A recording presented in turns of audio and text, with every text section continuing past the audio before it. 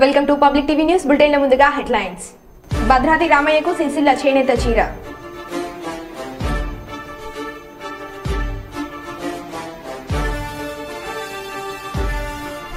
మిడుతూరు మండలంలో cluster జేహూ BC కార్యక్రమం.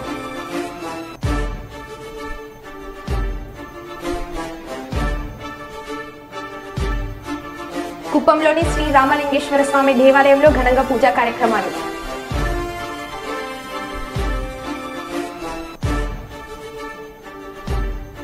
కన్నుల పండుగగా సీతారాముల కళ్యాణం. ఇక వివరాల్లోకి వెళ్తే, వైరా మండలం గుల్లపూడి గ్రామ శివార్లో పులిముట్ట శ్రీ లక్ష్మీ నరసింహస్వామి దేవాలయ ప్రాంగణం నందు శ్రీ సీతారామచంద్ర స్వామి వారి కళ్యాణం ఆలయ అధికారులు ఘనంగా నిర్వహించారు. చుట్టుపక్కల ప్రాంతాల నుంచి భక్తులు అధిక సంఖ్యలో పాల్గొని స్వామివారి కళ్యాణాన్ని తిలకరించారు. అనంతరం మహా అన్నదాన కార్యక్రమాన్ని ఏర్పాటు చేసి స్వామివారి తీర్థ ప్రసాదాలు అందించారు.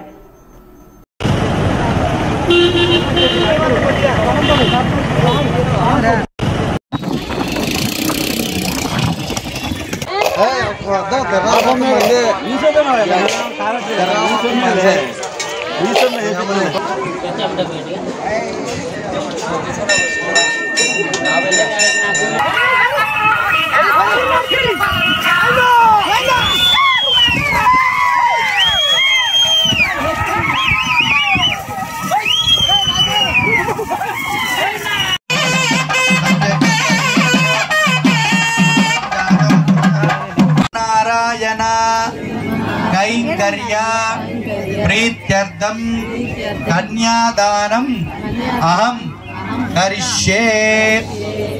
कन्यादान सद्गुरुनार्थम गोदान भूदान हिरण्यसाल ग्रामादि षोडश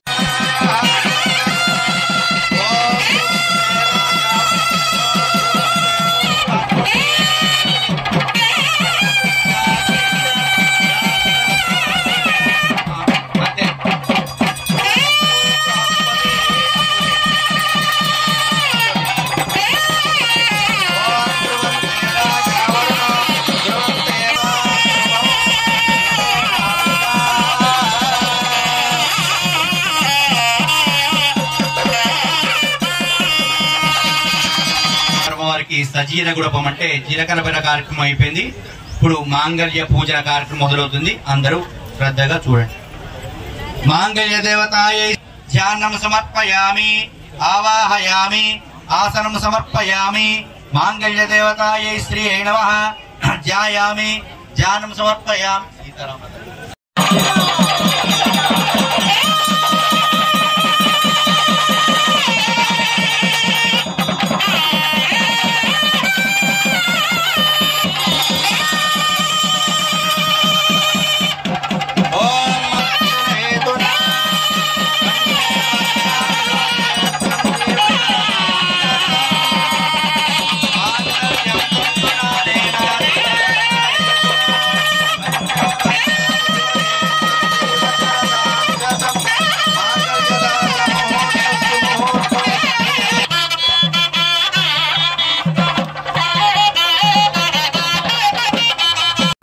ముందుగా ఎస్ఆర్టీవీ ప్రేక్షకులకు అభిమానులకు ఇంతటి పవిత్రమైన రోజున శ్రీరాముడి అనుగ్రహం కరుణా కటాక్షం ఎల్లవేళలా మీకు మీ కుటుంబంపై ఉండాలని మనసారా కోరుకుంటూ మీకు మరియు మీ యొక్క కుటుంబం సభ్యులందరికీ శ్రీరామనవమి పర్వదిన శుభాకాంక్షలు. అల్లూరి సీతారామరాజు జిల్లా రంపచోడవరం నియోజకవర్గం అడ్డతీగల మండలంలో శ్రీరామనవమి సందర్భంగా రామాలయాలు కిటకిటలు ఆడినవి.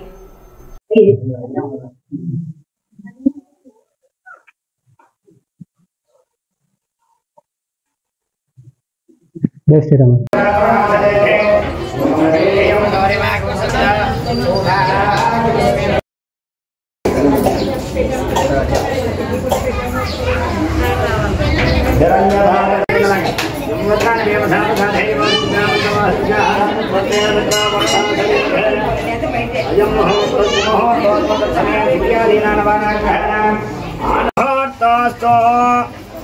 तदंग मुहूर्त समय लग्नाष्टकान् मंगलाष्टकान् चूर्णिकान् च पठित्वा जानक्या कमला मलांजलि पुठेया पद्मरागाय.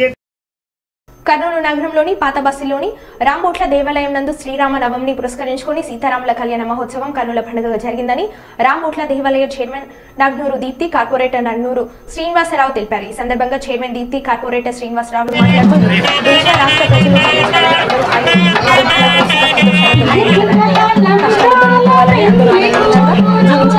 శ్రీరాముల వారి ఆశీస్సులు ఉండి మన కర్నూలు నగరమే కాదు మన రాష్ట్రంలో వర్షాలు బాగా కురిచి ప్రజలందరికీ మంచి ఆయుర ఆరోగ్యాలు, మరి రైతులకు మరి ఇటువంటి వారికి అంత వర్షాలు కురిచి ధాన్యం బాగా పండాలని వారు కూడా ఆరోగ్యంగా ఉండి మరి సుఖ సంతోషాలుగా ఉండాలని నేను కోరుకుంటూ ఈరోజు శ్రీరాముని కళ్యాణోత్సవం, రాముని సీత కళ్యాణోత్సవం చాలా అంగరంగ వైభవంగా రాంబట్ల గుడిలో జరిగింది. చాలా కాలం అయ్యిందని చాలామంది చెప్తున్నారు. మాకెంతో సంతోషం అయ్యింది. ఎంతో విజయవంతంగా అందరి సహాయ సహకారాలతో ఈ కార్యక్రమం నిర్వహించాము. ఇప్పుడు 3000 మందికి కూడా భోజనాలు ప్రసాదాలు పెడుతున్నాము. తర్వాత సాయంకాలము అందరికీ అమ్మవారు స్వామి యొక్క దర్శన భాగ్యం ఉంటుంది. రేపు వసంతోత్సవము, తర్వాత స్వామివారికి సత్యనారాయణ స్వామి వ్రతము ఉంటుంది. మర్నాడు సాయంకాలము రథోత్సవం ఉంటుంది. అన్ని కార్యక్రమాలకు అందరూ హాజరయ్యి ఈ రాంబట్ల గుడి యొక్క వైభవం పునరుద్ధరించాలనేదే మా ముఖ్య ఉద్దేశం. అందరూ సహాయ సహకారాలు అందించాలని కోరుచున్నాం. ధన్యవాదాలు. జై శ్రీరామ్. ఈరోజు శ్రీరామనవమి సందర్భంగా మన రాంబోట్ల టెంపుల్లో సీతారామ కళ్యాణం అంగరంగ వైభవంగా జరిగింది. ఎన్నో ఏళ్ళ తర్వాత చాలా మంది ప్రజలు ఎంతో అంగరంగ వైభవంగా చెప్పినందుకు ఎంతో సంతోషంగా ఉంది. దాదాపుగా 3000 భక్తులు వచ్చి ఈ కళ్యాణాన్ని వీక్షించి అందరూ శ్రీరామునికి పాత్రులు అయ్యారు. అలాగే వారు అన్నప్రసాదాలు స్వీకరించి ఈ గుడికి అలాగే వచ్చి ఎంతో మంది భక్తులు వచ్చిపోయారు. సో ఈ విధంగానే ప్రతి సంవత్సరం కూడా ఇంకా బాగా జరగాలని, ప్రతి భక్తుడు దీనికి తోడ్పాటు చేయాలని కోరుకుంటున్నాము. అలాగే ఈ సీతారాముల వల్ల ఈ సంవత్సరమున వర్షాలు బాగా కురిసి ప్రజల కష్టాలు లేకుండా అందరికీ సుఖ సంతోషాలు కలిగి ఉండాలని ఆ శ్రీరామచంద్రుడిని కోరుకుంటూ ధన్యవాదాలు. జగిత్యాల జిల్లాలో శ్రీరామనవమి సందర్భంగా అన్ని రామాలయాల్లో అర్చకులు రాముని కళ్యాణం అంగరంగ వైభవంగా నిర్వహిస్తున్నారు. ఈ కళ్యాణానికి మహిళలు అధిక సంఖ్యలో వచ్చి వారి కుటుంబ సభ్యులతో, పిల్లలతో కలిసి తమ ఇంట్లో కళ్యాణ వేడుకలుగా భావిస్తూ ఈ కళ్యాణంలో పాల్గొంటున్నారు. రాముడు అందరికీ ఆదర్శమని, రాముడి రాజ్యం రావాలని, ప్రజలందరూ సుభిక్షంగా సుఖ సంతోషాలతో ఉండాలని కోరుకున్నారు. చక్కగా ఇప్పుడిప్పుడే విశ్వసేన యొక్క ఆరాధన తర్వాత శ్వాసదేవ పుణ్యాహవాచన కార్యక్రమాన్ని చేసుకొని మనమంతా కూడా ఆ అఖిలాండ కోటి బ్రహ్మాండ నాయకుడైనటువంటి స్వామికి జన్మోత్సవ కార్యక్రమం, వివాహ మహోత్సవ కార్యక్రమం చేస్తూ పుణ్యాహవాచనం ఎందుకు చేసుకోవాలంటే స్థల శుద్ధి కోసం చేసుకునేది పుణ్యాహవాచనం కాబట్టి గోవిందా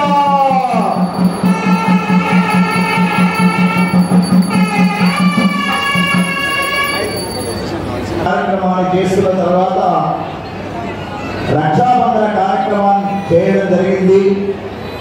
మరి మానవులమైనటువంటి మనము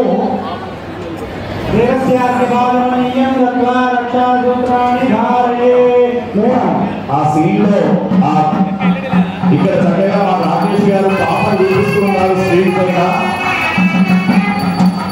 ఆ పాప తల్లిదండ్రులు చూపిస్తుంది.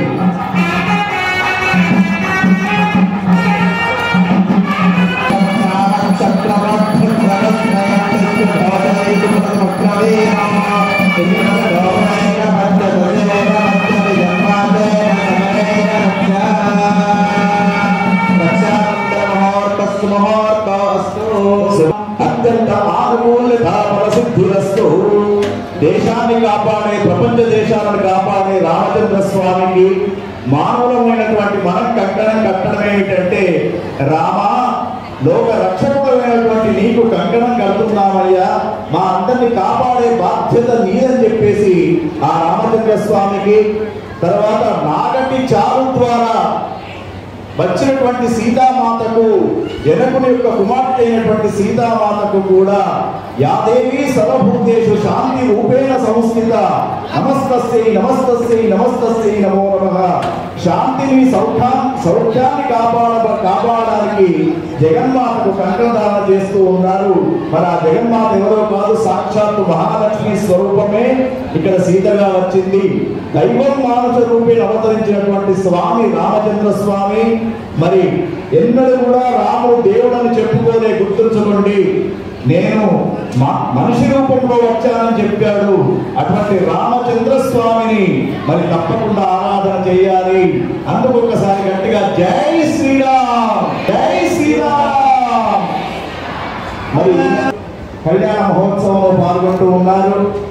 వారు చక్కగా మరి ఏదైతే ఇప్పుడు ఉన్నారో దానికి రాష్ట్ర నాయకులుగా ఉన్నారు. వారికి ఆ యొక్క స్వామి ఆయురారోగ్య ఐశ్వర్యాలు ఇవ్వాలని కోరుకుంటూ తదనంతర కార్యక్రమానికి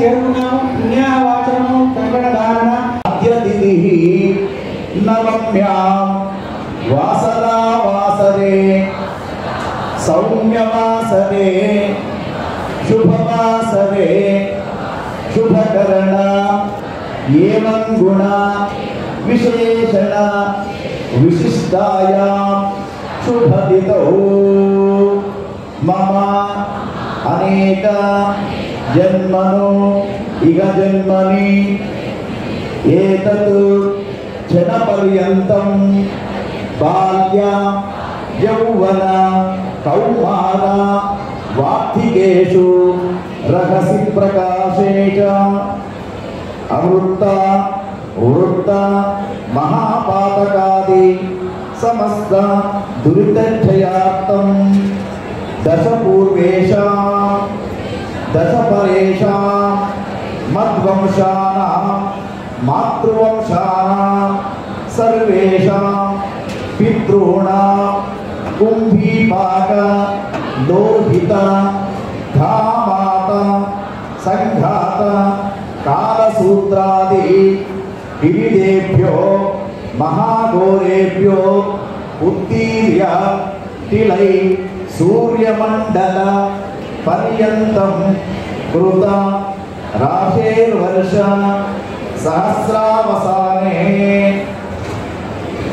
ఏకైక తిలాప కర్షత్ప్రకారేణ సర్వరాశ్య అకర్షణ సంహితకాలే శ్రీహరిలోకే నివాస సిద్ధ్యర్థం యవశ్చంద్ర మండల పర్యంతం కృతరాశేర్వర్ష సహస్రావసేన ఏకైక యవాపకర్షేణ క్రమేణ సర్వరాశ్య కర్షిమండల పర్యంతం కృత త్రేతా యుగకాలే కలియుగకాలే బ్రహ్మలోక నివాస సిద్ధ్యర్థం గోడో మభీర్ణ క్షత్రమండల పర్యంతం గోలోకే నివాస సిద్ధ్యర్థం. చెప్పండమ్మా, అందరు చెప్పండి.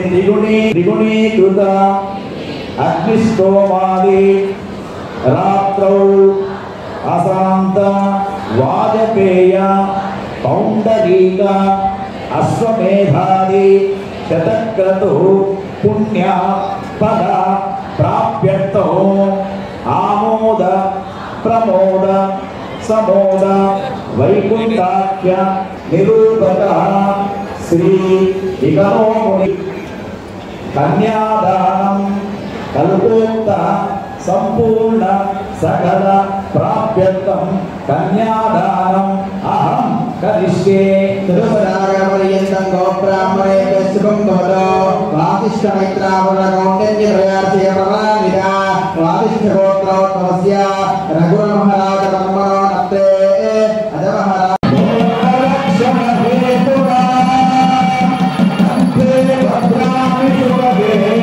వందే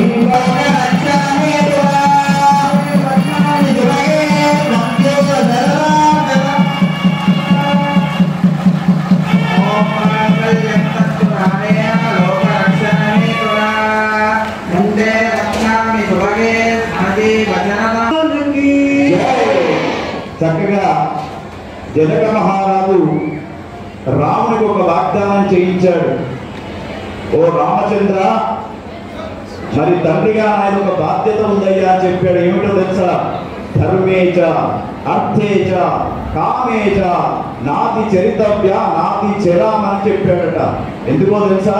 ఓ రామచంద్ర, ధర్మ విషయంలో కానీ ఆర్థిక పరమైనటువంటి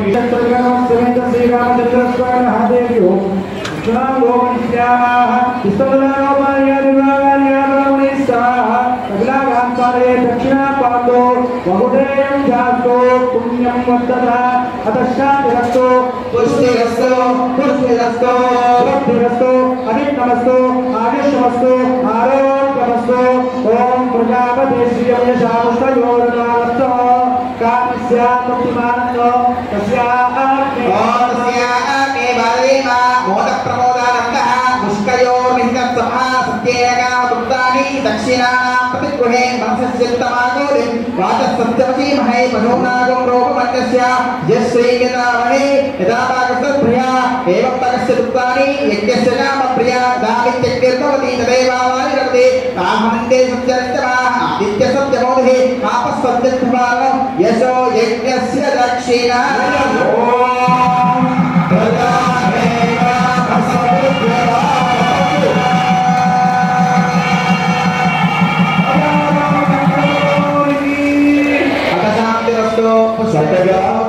మరి మొట్టమొదలు సీతామాత రామచంద్ర స్వామి ప్రజామే రామ సముద్రం పోసుకున్నారు. ఏంటో తెలుసా? ప్రజల యొక్క సంతాన ఇచ్చ తీరుగాక అందరికీ సంతానం కలుగుగాక మొదటి మంత్రం.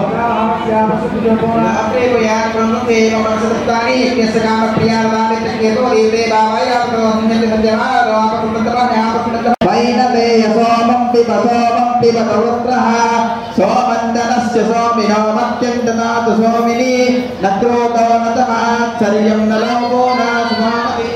ఒక్కసారి అందరూ నమస్కారం చేయండి. చెప్పేదనండి, ఆ స్వామి అమ్మవారి యొక్క కంఠభాగంలో ధరించబోయే సౌభాగ్యాభరణం పేరు మంగళసూత్రం. అందరు కూడా చెప్పండి. యా దేవి సర్వభూతేషు లక్ష్మీ రూపేణ సంస్థిత నమస్తస్యై నమస్తస్యై నమస్తస్యై నమస్తస్యై నమస్తస్యై నమో నమః. ఆ మంగళసూత్రాన్ని చూసి నమస్కారం చేసి మాతలు మీ మంగళసూత్రాన్ని కళ్ళకద్దుకోండి. చెప్పండి. కామేశ భక్త మాంగళ్య సూత్ర శోభిత కంధర ఓం మాంగళ్యం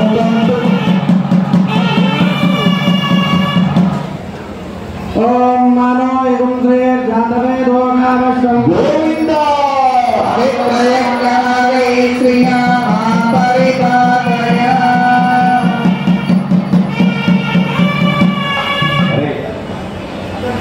అందరూ నమస్కారం చేసుకోండి.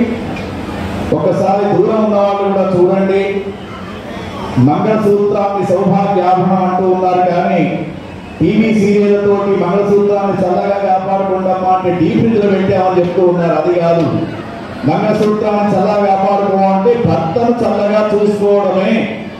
ఎందుకంటే కామేశ బద్ధ మాంగళ్య సూత్ర శోభిత కందర అని చెప్పేసి ఆదిశంకరాచార్య వారు చెప్పారు. అటువంటి మరి ఆ మంగళసూత్రాన్ని ప్రతిరోజు ఉదయం మాతలంతా చేసి. తూర్పు గోదావరి జిల్లా సీతానగరం మండల కేంద్రం సిపిఐ-సిపిఎల్ పార్టీ కార్యాలయం నందు రాష్ట్ర కమిటీ సభ్యుడు మరియు తూర్పు గోదావరి జిల్లా కార్యదర్శి పల్వేల వీరబాబు మీడియా సమావేశంలో తెలియజేస్తూ నోటుతో ఓటును అమ్ముకోవద్దని, ప్రజల కోసమే పనిచేసే నాయకుడిని 2024 ఎన్నికల్లో ఎన్నుకోవాలని పల్వేల ప్రజలకు విజ్ఞప్తి చేశారు. 5 సంవత్సరాలకు ఒకసారి మనకు కనబడే నాయకుడిని నమ్మవద్దని వీరబాబు అన్నారు. నా పేరు పల్వేల వీరబాబు.